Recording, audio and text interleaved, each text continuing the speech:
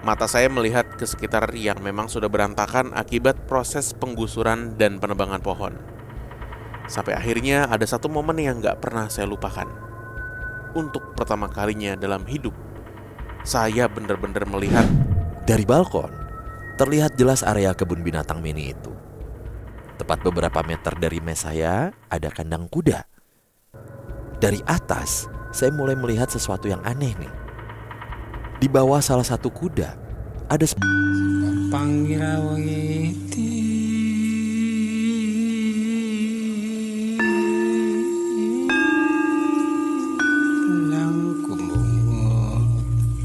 Panggawa parawanggati sajawandang kalawana bengke. Assalamualaikum warahmatullahi wabarakatuh. Shalom, Om Swastiastu, Namo Buddhaya. salam kebajikan. Selamat datang kembali di podcast Malam Kliwon episode 701. 701, kayak kamar hotel.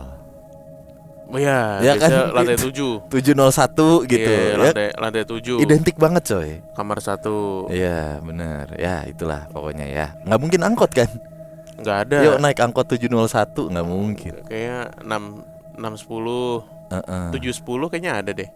Ya pokoknya itulah. Selamat pagi, siang, sore, malam teman Kliwon. Semoga sehat selalu dan dilancarkan segala urusannya. Amin. Jangan lupa absen. Buat yang lagi nonton atau mendengarkan, silakan tinggalkan jejak di kolom komentar. Yang mau absen biasa tuh dari Pekalongan hadir, Banten hadir, dan lain-lain. Banten ya. Jangan lupa juga buat teman Kliwon yang pengen jadi narsum, cerita bareng kami di sini, silakan langsung kontak nomor di bawah ini ya. Ya. Nah, oke, kita Go. sudah ada 2 buah cerita kiriman dari teman-teman Kliwon nih. Oke, langsung aja gue bacain cerita yang pertama. Halo Mas Bimo dan Mas Danu, nama saya Aya. Ini bukan nama asli ya. Saya mau cerita pengalaman horor yang saya alami sekitar 10 tahun lalu. Kejadiannya bermula sejak pembangunan proyek gas di depan rumah saya. Sebelum proyek gas itu dibangun, kondisi lingkungan rumah saya tuh masih berupa tanah lapang yang cukup luas. Di sana ada beberapa rumah warga dan kebun milik salah satu tetangga. Di samping kanan rumah saya terdapat kontrakan. Lalu di seberang kontrakan itu ada empang dan pemakaman umum yang dibatasi dinding beton.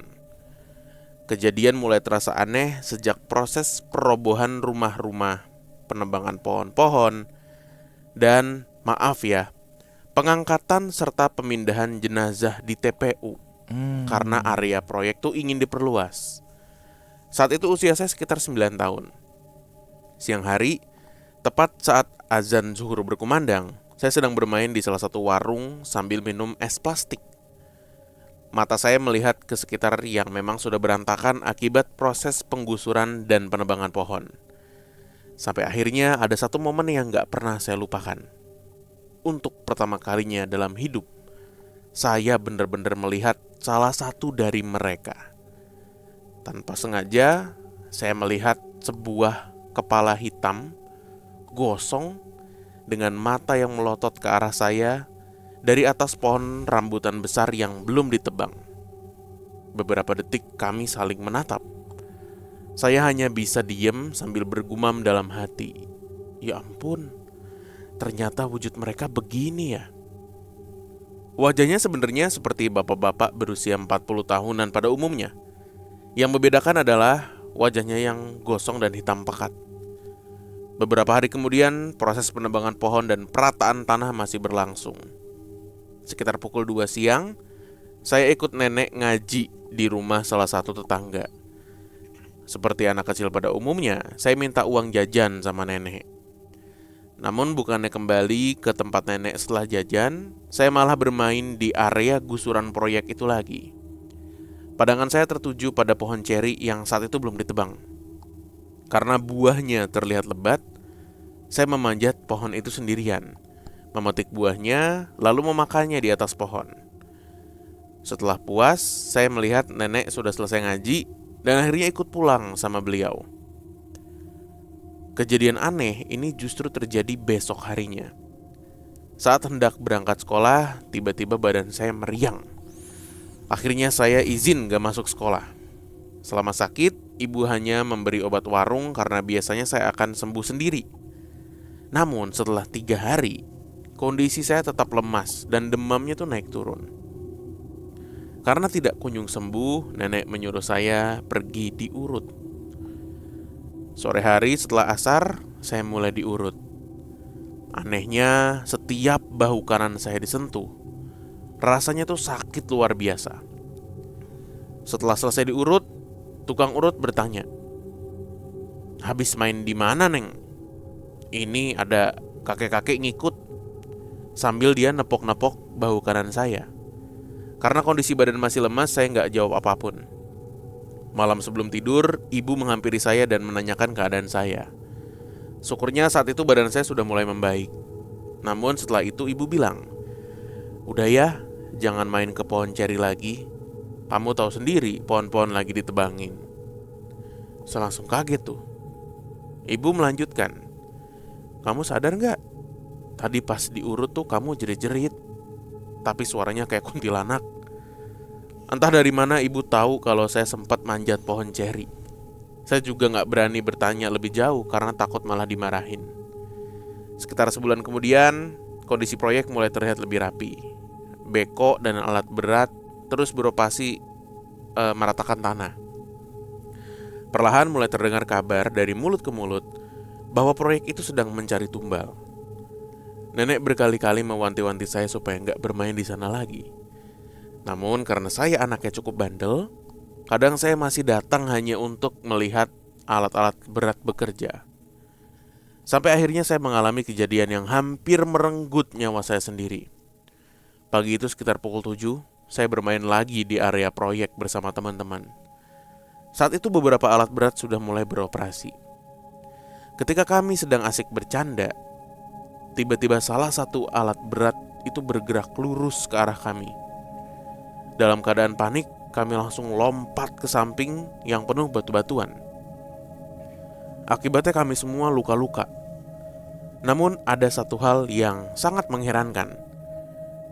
Kami bisa melihat dengan jelas kalau supir alat berat itu menatap ke arah kami. Tapi entah kenapa ia tetap mengendarai alat tersebut seolah dia nggak ngelihat keberadaan kami sama sekali. Sejak hari itu saya mulai percaya bahwa isu tentang tumbal proyek itu bukan hanya omongan kosong. Dan sejak kejadian itu juga, saya benar-benar kapok bermain di area proyek. Bahkan hanya sekedar melihat-lihat saja.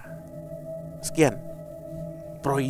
Pembangunan proyek gas tuh gas alam gitu kali ya? Ya barusan. Nah, itu gas alam sih, benar sih. Iya. Proyek pembangunan gas. Benar, gas alam mungkin. Gas apa yang dibangun ya? Makanya itu gue kayak, kalau proyek pembangunan jalan tol kebayang gitu, pembangunan apartemen kebayang, pembangunan gas tuh kayak apa ya? Ya mungkin kan penyalur-penyalur gas gitu. Proyek gas kan banyak ya, gas-gas swasta gitu kan, yang bukan gas milik negara gitu. Bright gas gitu. Ya merek-merek lain. Iya. Ya kan banyak kan, swasta nih yang punya swasta nih. Tapi itu apa, pabrik kali ya? Pabrik apa? Bisa jadi. Kurang paham saya, nggak pernah lihat soalnya. Oke, wah ini berarti anak kecil yang hobi main ke proyek gitu. Kita sebagai anak-anak pasti selalu penasaran ya sama, apalagi cowok gitu ya. Ketika lagi membangun tuh traktor tuh kayak gimana kerjanya, ngeratain jalan tuh kayak gimana. Tapi beda kalau anak kecil sekarang. Apa? Mainnya bukan ke proyek fisik, tapi blockchain, pengadaan. Udah banyak anak-anak kecil bro. Kecil. Proyek. Ini juga lagi-lagi ya, bahayanya main di proyek. Nah, itu dia. Bener. Kalau kata saya mah salah-salah. Gini loh, proyek aja tuh, kawasan proyek aja itu kan banyak tuh pelangnya. Itu himbauan semua. Peringatan ya. Peringatan di dalamnya lo harus pakai gimana, helmnya beda-beda, K3. Sebegitu bahayanya bro main proyek bro. Itu dia. Apalagi tanpa pengawasan. Di-backingi. Tanpa diawasi. Tanpa diawasi, Iya. dibackingi sama pihak yang berwenang di situ. Nah, itu. Jangan seruntul. Seruntul. Pede gua gitu. Enggak. Enggak gitu. Apalagi banyak kasus nih sekarang nih. Sadadanya, bener. Bahaya, Dek. Bahaya. Bener. Adik, Bahaya. adik. Bener. Tapi nggak semua proyek bahaya tahu. Tergantung. Iya kan? Memang tergantung. Sebagai senior dan orang tua yang baik, harusnya sudah ngasih tahu dulu. Dan anak kecil itu juga jadi akhirnya punya pemahaman. Emang belum boleh masuk ke area sana. Memang nanti aja dulu. Iya, memang nggak semua proyek itu bahaya gitu. Proyek tanah lempung bikin batako. Ya pokoknya gitu. Iya. Tapi sebagai orang Indonesia juga, sebenarnya apa yang dilihat tadi itu sudah sering saya lihat setiap hari. Apa misalnya? Kepala hitam. Sering muncul di timeline Instagram. Kepala hitam. Loh, orang Iya. Indonesia bro ngelihat kepala hitam. Lah kalau kita orang Norway, pirang kepalanya. pirang. Orang Islandia, orang Gitu. mana mah jarang kepala Iya. hitam. Orang Iya. Austria Jarang. Blonde, rata-rata blonde gitu. Orang Indonesia mah sabanari ngeliat Pasti kepala sering hitam. ngeliat kepala hitam Nah. gitu. Maksudnya bagian rambutnya gitu ya. Bener. Muncul di timeline. Iya. Ketawa nyolong jalu juga ada. Nah itu kan. Pak, Bang, Bang, apa sih? Om, apa sih? Om kan? Ah, Iya. Iya, Om. Om mau pinjam sepedanya? Sepeda gitu. Aduh, gitu guys. Tolong Om, itu teman saya Om, dia yatim piatu, kasihan. Goblok. Berarti si setannya ada di bekonya nih, yang di terakhir-terakhir. Oh, nah, Ya kan? itu nggak tahu tuh beneran dia supir apa namanya? Supir beko, supir traktor, alat berat atau makhluk jadi-jadian gitu kan nggak ketahuan nih. Cuma kalau pemahaman gue ya, si ini tuh memang orang beneran manusia gitu. Cuma emang dapat order gitu untuk emang di proyek ini butuh beberapa nyawa nih buat diambil. Makanya dia terkesan nggak peduli gitu sama si anak-anak ini. Kan mereka rame kan, nggak mungkin dong operator nggak lihat ada anak kecil. Tapi Iya. dihantem aja gitu. Anak kecilnya nih berapa orang tadi? 1, 2. Enggak, kan beberapa orang ya? dia lagi main sama teman-temannya di proyek ini. Diseruntul. Bekonya nih beko apa? Alat berat apa ya? Ya pokoknya alat berat lah. Beko mah begini ya.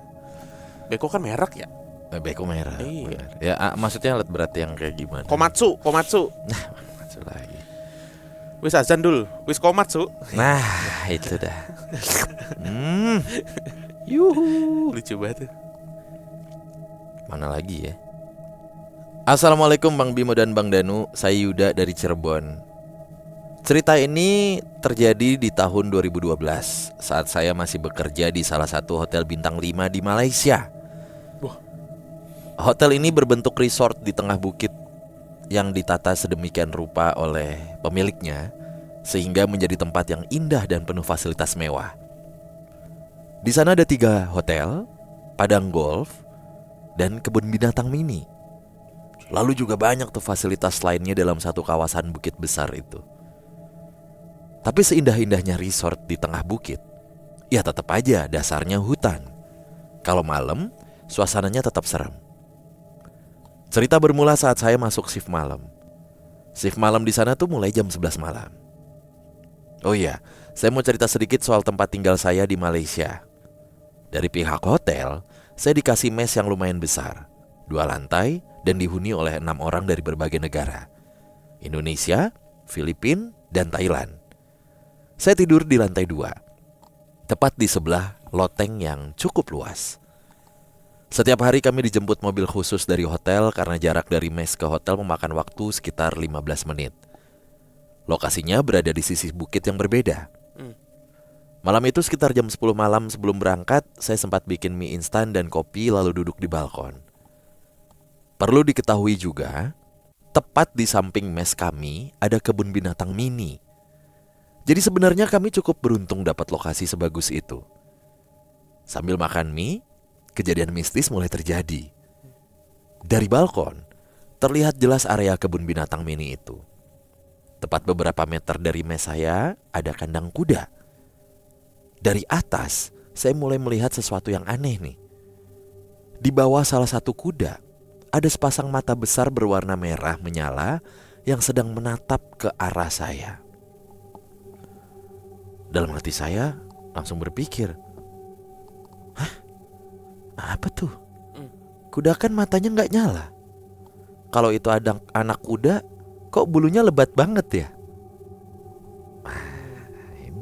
Karena penasaran, saya langsung masuk ke dalam ngambil senter. Begitu saya sorot ke arah kandang, betapa kagetnya saya. Ternyata itu sosok makhluk hitam sebesar rusa dengan mata merah melotot.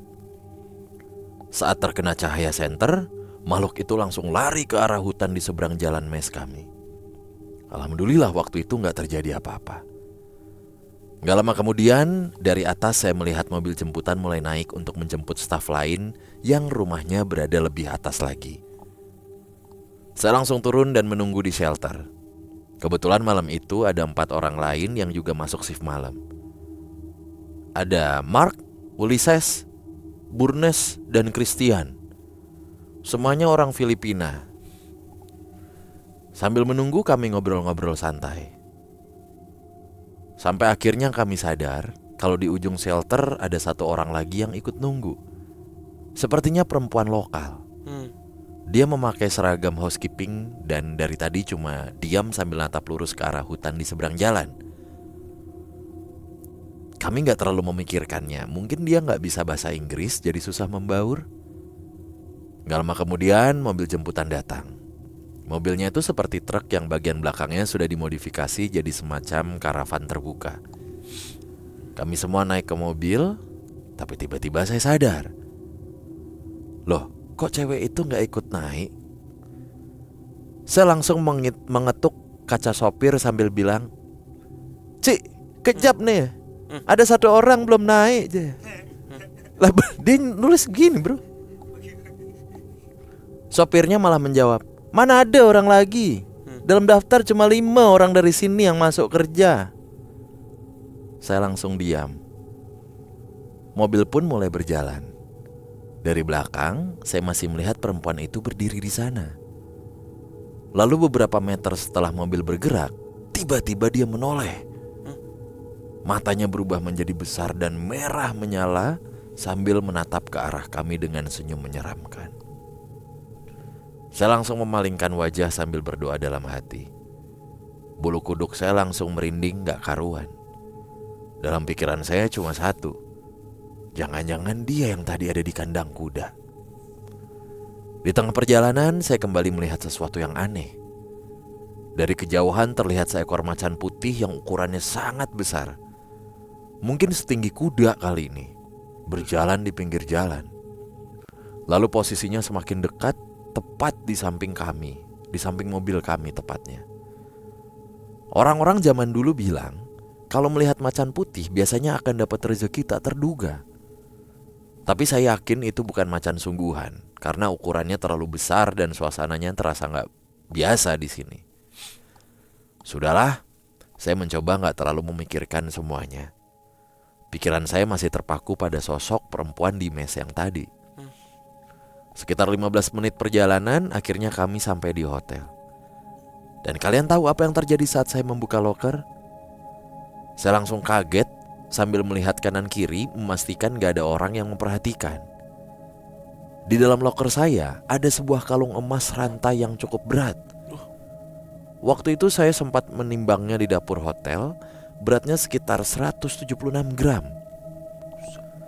Saya langsung berpikir, apa ini ada hubungannya sama macan putih tadi ya? Saya gak berani langsung mengambilnya begitu saja.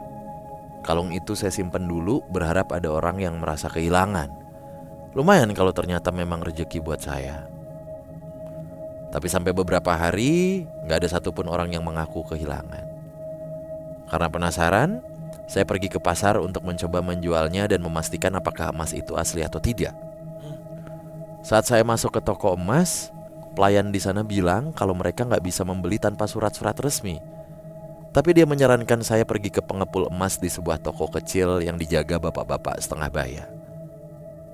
Saya pun datang ke toko itu dan menyerahkan kalungnya sambil bertanya, "Ini bisa dijual, Cik?" Bapak itu melihat saya cukup lama, lalu berkata singkat, "Beruntungnya kamu." Tanpa ditimbang lagi, dia langsung mengeluarkan satu kantong plastik berisi uang dan berkata, "Ini buat kamu semua, ambil semua." Saya benar-benar kaget di situ. Setelah sampai rumah dan menghitungnya, ternyata jumlahnya 45.000 ringgit. Wah, berapa tuh bro? Hitung bro. 45.000 ringgit. Anak rantau langsung senyum-senyum sendiri sambil mengucap syukur. Tentunya saya juga menyisihkan sebagian untuk sedekah. Berapa ya bro? Sabar anjing. Buset, 200 juta. Sekarang ya 200 juta ya. Ya Kan rupiah lagi 2012 ini kejadiannya. melemah ini. Ya ratusan juta, tetap 100 juta lah anggaplah. 2000 berapa? 12. 2012. Sekian cerita dari saya, semoga selalu dibacakan. Oke, terima kasih, sukses selalu PMK. Terima kasih. Wah, ini happy ending nih. Iya. Cerita begini nih. Judulnya gitu, alhamdulillah nggak jadi serem. Wah. Tapi gue baru denger sih mitos ini. Kalau melihat macan putih besar gitu, berarti pertanda bakal dapat rezeki. Gue tongkrongin aja taman safari kali ya. Kali ada Sampai gua macan-macan giniin putih. lu. Iya. Keluar lu. Atau kita cecetin aja Nah, macan di sana. Biar putih. Enggak, gue mau ini apa? Kucing atau anjing teman gue yang bulunya gede, Yang bulunya gede. bulunya banyak, gue cukur pas palanya doang biar kayak singa. Nah, gue cat putih, gue umbar aja. Nah, ya Allah rezeki ya Allah. Nah, Anakan singa. Goblok. di Kediri banyak berarti. Di Kediri. Lah, Ada apa sih emang di Kediri Persi Kediri julukannya apa? macan putih? Emang iya, Cil? Bener ya? Iya. Ya kan supporternya nih Persi Kediri. Kaya-kaya berarti. Makanya. Kaya-kaya. Benar. Berarti dia sebenarnya melihat penampakan. Yang pertama tuh yang di kandang kuda. Ya, terus Yang kedua tuh di perempuan halte, yang di kayak shelter. housekeeper. Iya kan? Housekeeping. Housekeeper ya, Iya, orangnya Orangnya housekeeper. housekeeper kan. Nah, terus matanya berubah. Matanya membesar. jadi Seperti yang merah. dia lihat di kandang kuda. Iya, Oh. Terakhir baru ngelihat si macan tadi. benar. Setinggi Terus kuda. Malah dapat rezeki. Kalung. Ah, 200 Enak juta, banget Pak. makanya. Kalung emas. Bisa begitu ya, 2012 ada cerita begini, mantap juga nih. Seru. Mau juga dong. Mau juga kita, Macan Malaysia putih. deh. Ih, macan putih Putih deh. Tadi gue tuh agak tergelitik sama kebun binatang mini. Bah. Nah, Di kepala ini. gue tuh kebun binatang mini tuh kebun binatangnya yang mini. Apa isinya nih yang mini? Bukan. Hewan-hewannya. Ya kebun binatangnya kecil pak. Kalau misalnya bapak kebun binatang mini, nanti ada lawannya. Apa tuh? Kebun binatang jangkung. Jadi ada tukang nasi goreng di situ. Ada tukang iga bakar. lah. Jangkung. Kami punya satu wahana nih yang beda dari negara Anda. Kenapa Madura? Salah ya. Salah aksen. Salah aksen. Kebun binatang jangkung. Jerapahnya nggak kelihatan, saking Saking jangkungnya. jangkungnya. Kayak dinosaurus anjir. Iya, kebun binatang mini gitu. Bayangan gue tuh ada kambing ceko. Lo tau gak kambing ceko? Tahu. Bona, Lucu banget. gajah yang di-upload Pandemic Talks tuh. Oh itu yang AI ya. Iya. Rongrong. Rongrong. Lo tau gak Bona Rongrong? Ya. Lo gak tau Cik? Wah, Beda generasi lah. bener. Nirmala tau Nirmala? Nirmala. Oki dan Nirmala? Gak tahu dia. Aduh, Cik. Bener, harus cek tahu. Harus tahu. Apalagi tadi ya. Oh ini gue juga penasaran sama kata memalingkan muka tuh gimana sih? Diambil lo, goblok. Diambil kaget. Memalingkan muka gitu. Balik. Apa yang dimaling? Muka. Set, panik. Muka saya mana? Emang kenapa? Muka saya dimaling. Dimalingin. Makanya dimalingin muka. Memalingkan muka. Nah, tapi menarik ya. Berarti apa nih? Bukit Jalil kali, Cil? Stadion kan. Oh, iya. Kan di Nah, Malaysia. Indonesia kalah 3-0 dong. Kalau bukan Marcus Horizon dong ditembak laser. Iya, Bukit Jalil kali ya. Maman Abdurrahman meleng dong ya. Iya kan dia kan. Iya, bener. Aduh, konspirasi. Jadi konspirasi. Alphard dong. Iya. Lagian Bukit satu Jalil. mes isinya orang Brunei, Filipina sama Thailand. Lo mau piala Tiger lo? AFF. Iya. Lo stop piala Tiger. Tadi dia bilang satu bis isinya orang Filipin semua. Orang Filipin biasanya mantep-mantep tuh Pak. Seadanya gue ada. Cuma rumahnya aja agak kurang. Nah iya nggak usah. Ada yang kayak mantep bener. Udah. Ada Rim. Nah. Ya, yang ini bukan desas-desus nih, Rin. Bukan. Oke, terima Iya. kasih teman Kelewedang sudah berbagi cerita, menonton atau mendengarkan. Ya. Kita ketemu lagi di episode berikutnya ya. Dadah.